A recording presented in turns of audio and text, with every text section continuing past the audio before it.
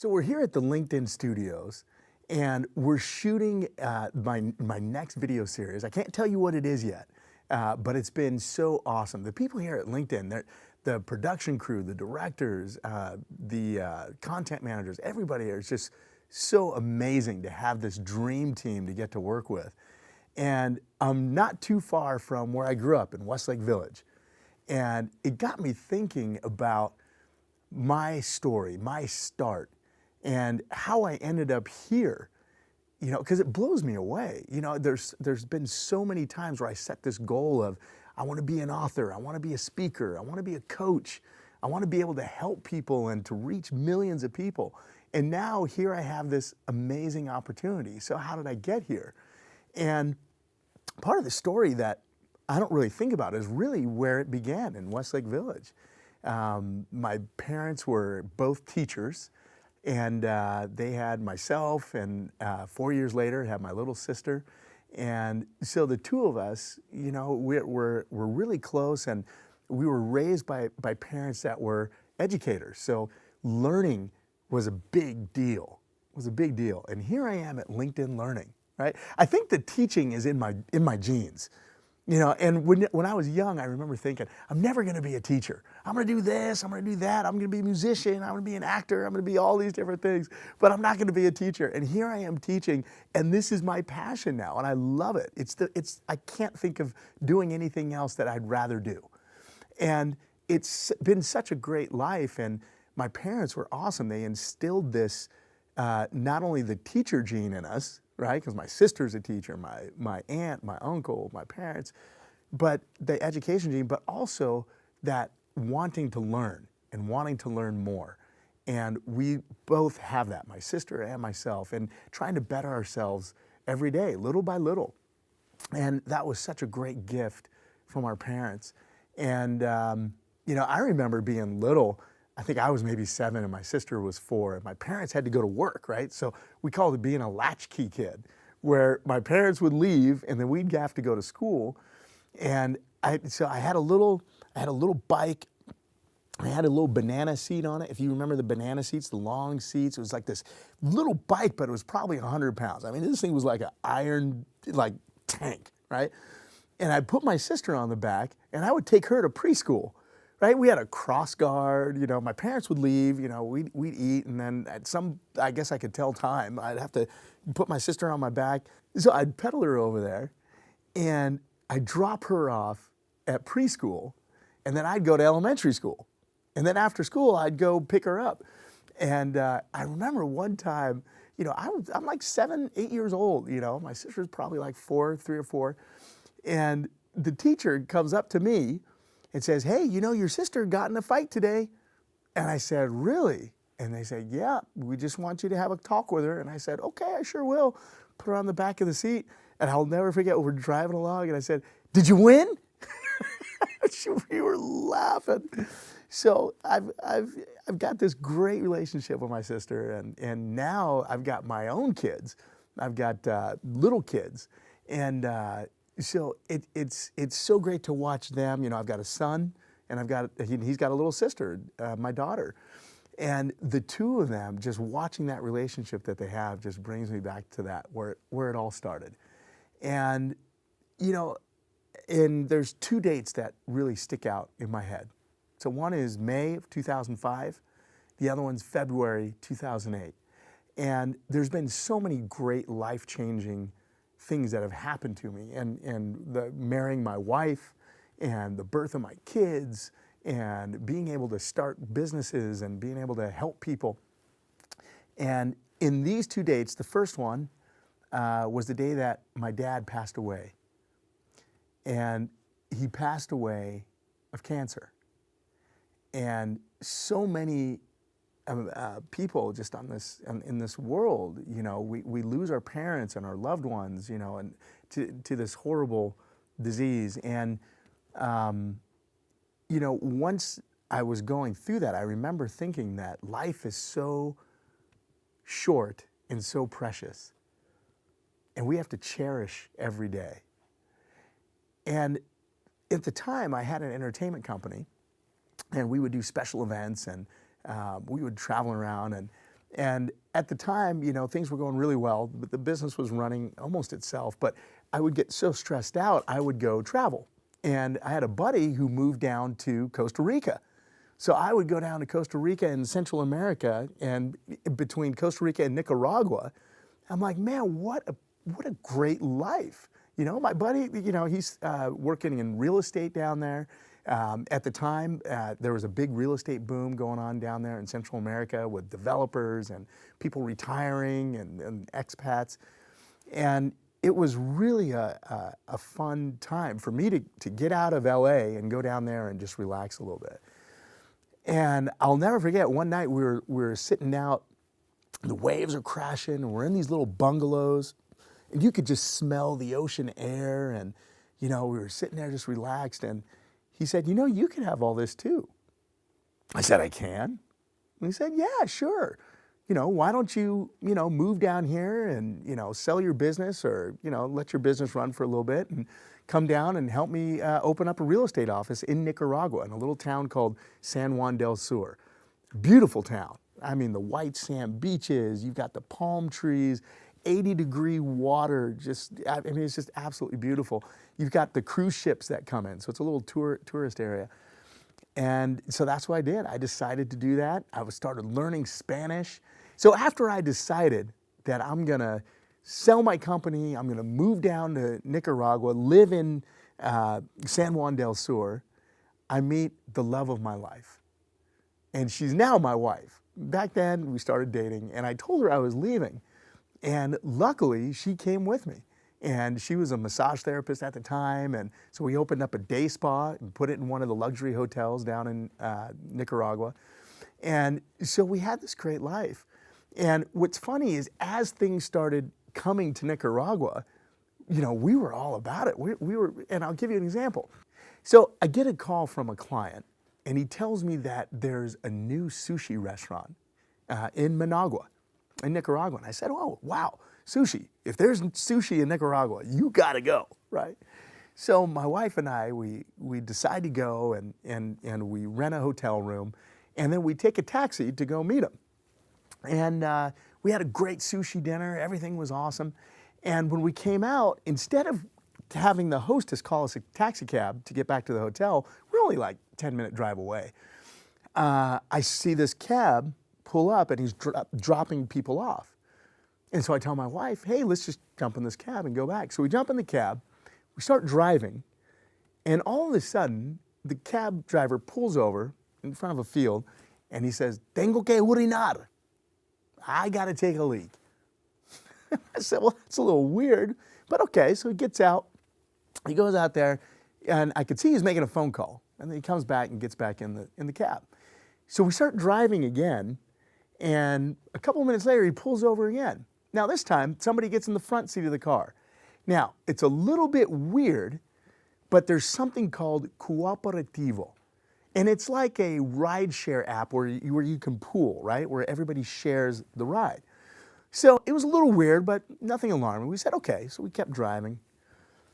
And then a couple minutes later, he pulls over again. And this time another guy gets in. So if you can imagine, I'm sitting behind the cab driver. There's somebody in the front seat. My wife is in the middle. And now there's another person that's sitting next to my wife, another guy. And have you ever had that sinking feeling that something's going very wrong? That was that moment. And all of a sudden, the guy in the front of the car, he pulls out a handgun, points it in my face, and goes, La plata, la plata, la plata. Give me the money, give me the money, give me the money. And in that moment, I grabbed the gun this way, because I knew he couldn't shoot me if I grabbed him this way. What I didn't realize was the guy in the back of the car was his partner. So he pulls out a knife and he shoves it right at me, and comes at me right here, and he catches me just right here in my abdomen. Pulls back and shoves it straight into my thigh. And he pulls it out. And in that moment, I turned this way, and when I did that, the guy in the front seat of the car took the gun, hit me in the side of the face, and I said, okay, we've got to relax. And I knew in that moment, somehow I had to take control of that situation to get us out safely. And what ended up happening, I found out later, is my wife took her wedding ring off and she sat on it. Okay? And I'm going to take you back. I'm going to finish the story in a second, but I want to tell you about another story where when I met my wife, she wanted to go to Italy. So before my dad died, he's always wanted to go to Italy. And we had planned a trip to go to Italy together. And right before we were going to leave is when he got sick. And so my dad never got to go to Italy. Fast forward to February 2008. That was the night of our kidnapping. And in these years that were later, when I met my wife, she's from Italy. And we decided to take a trip to Italy together on our 1-year anniversary. And I was going to propose to her as well, right? We're going to go to Venice and I was going to propose to her. And I wanted to ask her parents permission for their daughter's hand in marriage. So we go to Italy, and I didn't speak much Italian then. And I was reading, what I was going to say, when my wife was gone, and we were having dinner, and my wife gets up to go to the bathroom, and I pull out this piece of paper with this translation that her sister had written out for me, right? Because one of her sisters speaks English. So I'm reading this to her parents, and they're like, yes, okay. And then Luna, my wife Luna, she comes back, and we were all sitting back at the table, and we had to pretend like nothing happened. So then because it was a surprise. So then we go to Venice, and we get on the gondola, and we're out there. I'm getting ready to propose, and I propose on the gondola, and she says yes, and everything was great. So we go to dinner to celebrate, and all of a sudden we're eating, and we hear this song coming from outside the restaurant, and it's a song called "The Shadow of Your Smile." And that was my dad's favorite song. So we walk out and we're watching this musician play this song, and we gave him some euros. And at the very end, we asked him, we said, hey, where is the Bridge of Sighs? And he said, you're standing on it.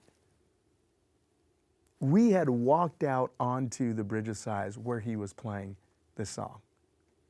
It was a powerful moment. And so for us, my wife's wedding ring, this was a symbol of something that was protecting us. So we go back to the cab. There's this crazy situation going. My wife has the state of mind to pull off the ring and sit on it so that the guys who were kidnapping us and robbing us didn't see the ring. Okay? So that was like our protector through this whole thing. And eventually, they did get the money. We went to an ATM. They got a few $100. They drove us around the city for about 45 minutes. And I'm bleeding like a stuck pig at this point. And what ends up happening is we start driving into what's considered like the Beverly Hills of Managua, right? Some big houses, a very nice area. I said, oh, this is going to be great, because there's certain parts of Managua where these guys, if they had let us go, this whole process could have started all over again, or even worse. So we're driving along, and all of a sudden, I see a little road off to the right, and it goes into darkness, into a field. And I remember thinking to myself, I hope we don't turn down that road. And we turned down the road. And as we were driving, they told us to close our eyes. The car stopped. They told us to get out, close our eyes, and get on our knees and sit here and wait. And I remember with my eyes being closed, I was waiting for that next sound. And the next sound was the taxi cab driving away. We had made it. And in all the commotion, my wife did not know that I got stabbed. And she was wearing a white dress that now was completely soaked blood red. And she started screaming and freaking out. And I said, baby, it's okay. I'm all right. I'm okay. I took my shirt off. I tied a tourniquet. And we started walking along that road back towards the houses. And if you've ever seen a bad horror movie, like a bad B horror movie, right? At the very end when the credits are rolling and they had just survived the zombies and they're bloodied and they're walking along, that was us, right? That was us walking back to civilization. And we got to a house and eventually the ambulance came, took me to the hospital and everything was okay. Luckily, nothing happened to my wife, right? She was safe, which was what I really wanted from the very beginning. And if you've ever been in a near-death situation, you know that you start questioning yourself. And to me, the questions that I asked myself were, hey, was I kind to enough people? Did I make a difference in the world? And when you ask yourself these questions, you have to get real and examine what are your answers. And for me, even though I had been contributing to charities, I had actually founded a charity to help African girls' schools in Africa. I wanted to do more. And I knew that I wanted to dedicate myself to helping as many people as I can. And that's what I knew I wanted to do. I didn't know how to do it. I didn't know what to do. And here's the interesting part, is things started coming into my awareness and into my life that put me on this path to be here with you today. And when you look at something as horrible as getting kidnapped and stabbed and beat up or whatever, you start, a lot of people, it'd be very easy to say, this was the worst thing that's ever happened to me. Or I could look at it differently and say it was a gift. It was a gift because it opened up my mind and put me on a path to helping other people and to being here with you today. So I decided I wanted to be a coach. I became a coach. I started getting results for my clients in customer service, sales, leadership. And as that business continued to grow, I started doing some videos on YouTube. And these videos started doing well on YouTube. So I started getting business from YouTube, started getting notice from YouTube. I'm helping people from all over the world, all different walks of life. And the feedback was, hey, you've changed my life in this way, or you've changed my business in this way. And I knew it was working. And then I was blessed to get on the business results coaching team for Tony Robbins and lead workshops for some of their business owners as well. And then things started to expand even more and eventually caught the attention of LinkedIn Learning. And now I've got this partnership with a great company that's really expanding my reach and helping me in my mission in being able to help people across the world and especially pay attention to kindness and caring with each other. Couldn't our world use a little more kindness and caring? So whatever it is that you want to do, wherever it is that you feel drawn to, the first thing you have to do, there's only 3 things you have to do. The first thing is you have to decide. Decide what that thing is and decide that you are going to do it. The second thing you have to do is you have to believe that it's possible for you. You have to believe that, hey, if you don't have any way to get there, that you will find a way. You'll model somebody who's been there before. You'll get a mentor. You'll get a coach. You'll get training. You'll get that learning, and you'll build the skill that you need to do, right, to get there. And the third thing, and this is the one that stumps a lot of people, you have to take action.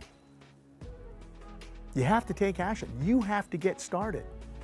You can do your planning and different things, but you have to start. And you have to know that that first step is going to be a little bit wobbly, right? It's like a baby learning to walk. That first step, they might fall down. And they'll get up and take another step and be wobbly and fall down. And this might go on for days, weeks, months, who knows? Okay? But somehow we all are walking. Some of us are even running. So you have to start those 3 things. Decide what you want.